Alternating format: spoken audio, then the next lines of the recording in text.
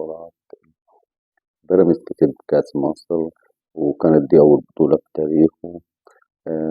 سابوا الأهلي اللي هو انسحب من البطولة، وفضلوا يتكلموا برضه عن بيراميدز، وإنه هي بطولة كانت سهلة عشان الأهلي ما كانش فيه، وكلام ملوش أي أساس من الصحة، لأن الأهلي انسحب، وبناء على ذلك مش هيشارك في الكأس الجاي.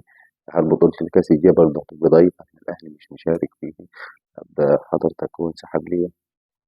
هو خايف؟ هتيجي تقول لي لا، أصل هو عنده ضغط مباريات وعنده كذا بطولة داخلية. طب وأنا إيه ذنبي؟ أنا ما عنديش ذنب، كان يكمل. طول ما هو انسحب، طب الموسم اللي بعد اللي جاي هيقدر الأهلي ينسحب من كأس مصر ومع نفس البطولات؟ مش هيقدر، هيلعبها.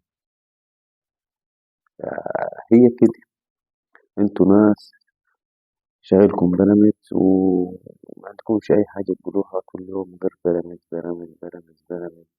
يا راجل ده احنا عملنا إعلان لعبد الرحمن مجدي لاعب الإسماعيلي،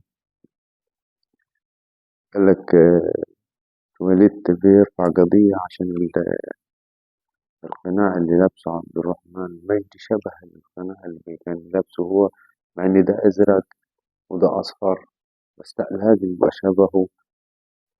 وكلام كتير وكبروا الدين، ولا الراجل رفع قضية ولا أي حاجة حصلت، بس هو بس تشهير وما فيش.